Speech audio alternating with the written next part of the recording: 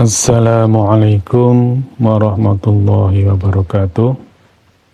A'udzu billahi minasyaitonir rajim. Bismillahirrahmanirrahim.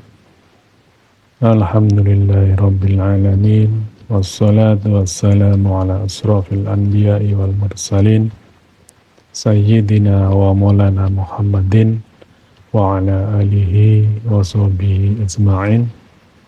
Rabbi shrah li sadri wa yassir li amri wa ahlul 'uqdatam min lisani yafqahu qawli. Amma ba'du.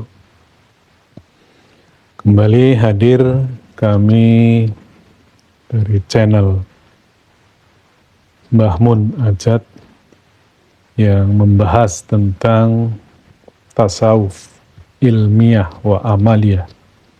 Tasawuf yang ilmiah dan eksakta. Kali ini kami ingin melanjutkan bahasan yang pertama, yaitu terkait dengan pengenalan tasawuf yang lebih difokuskan kepada bagaimana kita dapat membedakan antara tasawuf dengan fikih atau pengamalan antara ilmu syariat dengan ilmu hakikat. Alangkah lebih baiknya kalau kita langsung kepada contoh-contoh konkret, sehingga diharapkan dengan pemaparan ini kita mampu membedakan mana itu yang syariat, mana itu yang hakikat, mana itu yang amalan-amalan zahir, dan mana itu yang amalan-amalan batin atau amalan ruhaniyah. Yang pertama terkait dengan kalamullah. Kalamullah dalam ilmu syariat dikenal dengan Al-Quran yang mushaf, yang ada di tengah-tengah kita, yang bisa kita pegang, kita baca, kita maknai. Ya seperti itulah treatment kita atas mushaf itu, sehingga lahirlah hukum-hukum bacaan, bahkan bagaimana hukum cara-cara melakukan agar indah didengar, kemudian bagaimana dieksplor dengan cara ditafsirkan, ditakwilkan, ditranslatekan, dan seterusnya. Itu sifat-sifatnya sebagaimana yang zahir. Apakah itu salah? Tidak. Itu adalah pemahaman Al-Quran untuk di alam zahir ini, itu untuk dipahami, untuk dilaksanakan.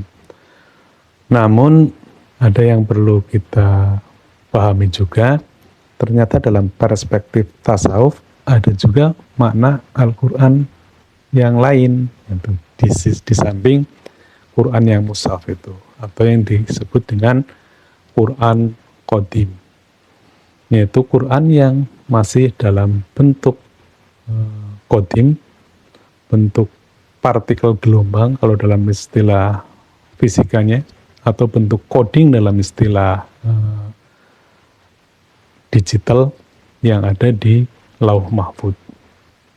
Dan karena sifatnya qadim, maka ia tidak berubah. Ia tidak ada awalnya dan tidak ada akhirnya sepanjang semesta ini masih ada. Sehingga dapat dipahami Quran Qadim itu adalah Quran yang ada di Lauh Mahfuz sejak dahulu kala hingga akhir zaman nanti. Nah, ini perlu sedikit presisi tinggi untuk mencermati ini. Ketika coding itu sudah ada zaman dahulu, maka sesungguhnya ketika Nabi Adam diciptakan, Quran Qadim itu kan sudah ada sesungguhnya. Atau kalau di dalam pemahaman kami menyebutnya yang lebih generik adalah kalamullah. Karena nanti akan kita lihat perbedaan-perbedaannya. Misalnya ketika Nabi Musa mendapatkan wahyu, atau diistilahkan di era sekarang mendownload kalam yang qadim tersebut, maka beliau mendapatkan dalam bentuk Taurat atau atau Nabi Isa ketika 2000 tahun yang lalu mendownload kalamullah tersebut atau kalam qadim tersebut, maka beliau mendapatkan kitab Injil. Demikian ketika Rasulullah Muhammad mendownload atau kan mendapatkan wahyu 1500 tahun yang lalu, beliau mendapatkan Al-Quran. Padahal kodingnya adalah hal yang sama. Kodimnya adalah kodim yang sama. Itu juga. Itu tidak mungkin kalau kodim itu berubah-ubah, itu tidak mungkin. Ini logiknya, logik yang harus kita pahami. Gitu. Jadi Allah menurunkan aturannya dalam bentuk kalamullah itu pasti tetap hukumnya. Gitu. Tidak mungkin akan berubah itu. Karena kalau sudah berubah itu namanya hal yang baru, bukan yang qadim.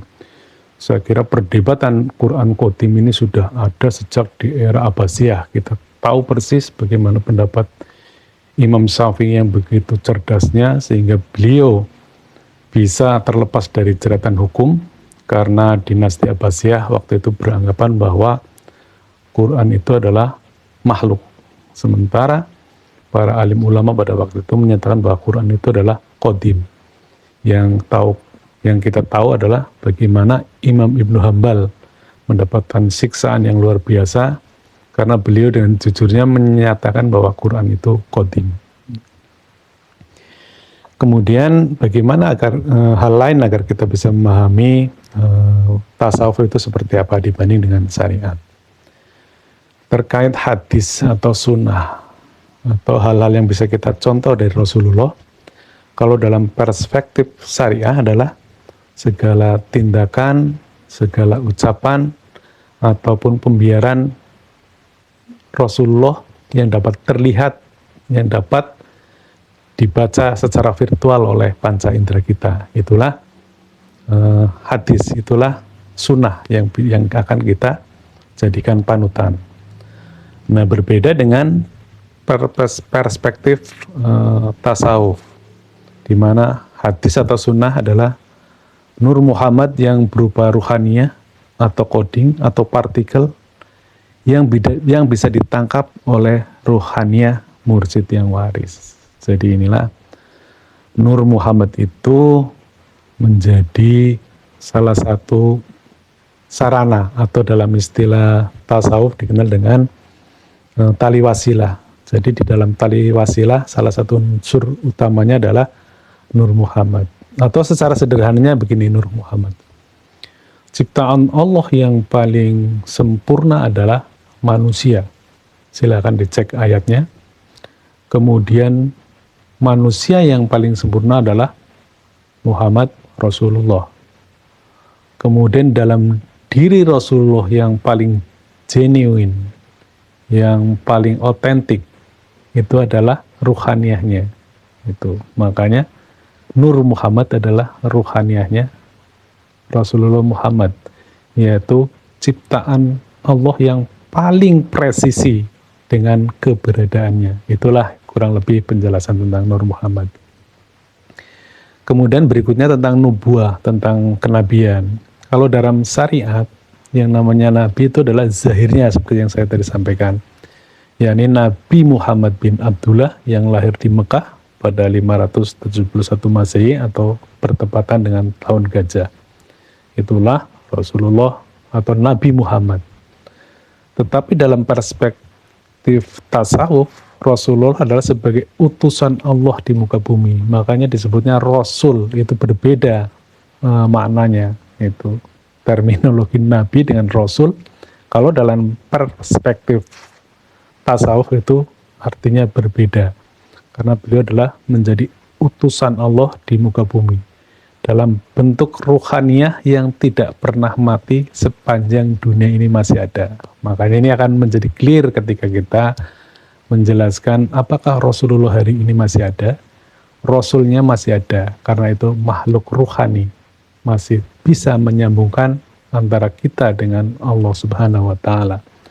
Tetapi Nabi yang zahir itu sudah meninggal 14 abad yang lalu. Nah, kemudian berikutnya ulama atau pewaris Nabi.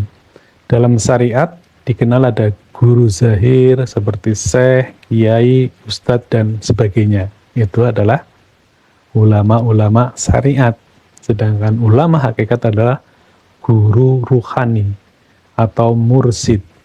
Makanya kalau mursid itu sekaligus juga beliau adalah guru zahir, zahirnya adalah guru zahir, ruhaninya mursid adalah guru ruhani. Nah, ini yang perlu kita pahami bersama. Bahkan pengamal tasawuf pun kadang kurang jeli gitu, bahwa menganggapnya berbeda. Padahal itu hal yang sama. Mursid zahirnya adalah guru zahir, ruhaniyahnya adalah guru ruhani. Itu adalah mursid itu. Jadi ada dalam satu kesatuan. Itulah yang zahir yang bisa menyambungkan ke Nur Muhammad tadi, yang kemudian nanti akan bersambung kepada yang Maha Ruh Allah Subhanahu wa Ta'ala. Namun bahasan itu akan kita bahas khusus nanti dalam membahas tentang tali wasilah. Berikutnya lagi, agar kita mampu membedakan antara syariat dan tasawuf adalah tentang hukum Allah. Ini sedikit kita masuk karena tasawuf yang kita pelajari adalah tasawuf yang eksakta, jadi kita selalu masukkan sisi-sisi eksaktaknya. Kalau dalam hukum syariat dikenal adanya sunatullah, yaitu hukum semesta, hukum kausalitas itu, yang bisa dilihat secara virtual atau minimal dirasakan atau minimal dapat diamati dengan menggunakan alat tertentu. Intinya dapat teramati. Itu adalah hukum-hukum sunatullah. Bagaimana hukum termodinamika, bagaimana hukum tentang gravitasi, dan lain sebagainya. Itu adalah hukum di alam syariat. Kemudian hukum di alam ruhaniyah, di alam atau dalam perspektif tasawuf, dikenal adalah hukum wasilah, yaitu hukum tentang ketersambungan Allah yang Maha Ruh dengan ruhani makhluknya, yaitu melalui tali wasilah. Inilah perbedaan secara umum, sehingga diharapkan dengan memahami perspektif tasawuf, akhirnya diharapkan kita mampu secara jernih memahami atau konstruksi dari agama, yang nanti juga akan kita bahas bagaimana konstruksi agama Islam ini dalam sebuah kajian tentang metodologi beragama. Pada saatnya nanti akan kita bahas agar lebih jelas lagi bahwa syariat dan tasawuf atau dengan hakikat atau pelaksanaannya adalah berupa tarekat adalah sebuah sinergitas yang saling melengkapi antara sisi jasad dan sisi batin, antara yang eksoteris dan esoteris, sehingga menjadi Islam yang kafah sebagaimana Al-Baqarah 208 menjadi akan dapat kita alami bersama, sehingga Islam akan benar-benar menjadi rahmatan lil alamin. Demikian, ilahi anta maksudi wa ridhoka matlubi. Wassalamualaikum warahmatullahi wabarakatuh.